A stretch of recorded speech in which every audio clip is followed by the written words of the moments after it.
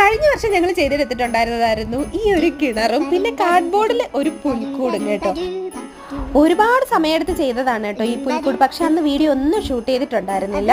ഞങ്ങൾ പ്രതീക്ഷിച്ചതിനേക്കാളും സമയം എടുത്തത് കാരണം കംപ്ലീറ്റ്ലി ഒന്ന് പെയിന്റ് ചെയ്ത് ഫില്ല് ചെയ്യാനൊന്നും പറ്റിയിട്ടുണ്ടായിരുന്നില്ല. അന്ന് പിന്നെ ഈ റൈറ്റിങ്സ് ഒന്നും അത്ര ഒരു അഭംഗിയായിട്ട് വന്നില്ല. കാരണം അതെല്ലാം ഇങ്ങനെ ഹൈഡ് ചെയ്ത് വേറൊരു ലൊക്കേഷനിലാണ് വെച്ചിട്ട് ഇന്ന് ഇപ്രാവശ്യം ലൊക്കേഷൻ ഒന്ന് മാറ്റി പിടിക്കാന്ന് വിചാരിച്ചപ്പോഴാണ് ഈ റൈറ്റിങ്സിന്റെ ഒക്കെ ഒരു അഭംഗി എടുത്ത് നിന്നത് കേട്ടോ.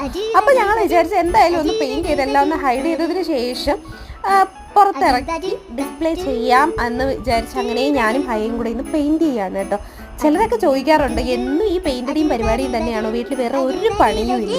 പണിയൊന്നും ഇല്ലാഞ്ഞിട്ടല്ല കേട്ടോ. എൻ്റെ ജീവിതത്തിലെ ഏറ്റവും സന്തോഷം നൽകുന്ന ഒരു പാർട്ടാണ് ഈ ആർട്ട് അല്ലെങ്കിൽ ക്രാഫ്റ്റ് എന്ന് പറയുന്നത്. അതുകൊണ്ട് ഡെയിലി ഞാൻ ഒരു കുറച്ച് സമയമെങ്കിലും ഈ ആർട്ട് അല്ലെങ്കിൽ ക്രാഫ്റ്റിന് വേണ്ടിയിട്ട് മാറ്റി വയ്ക്കും.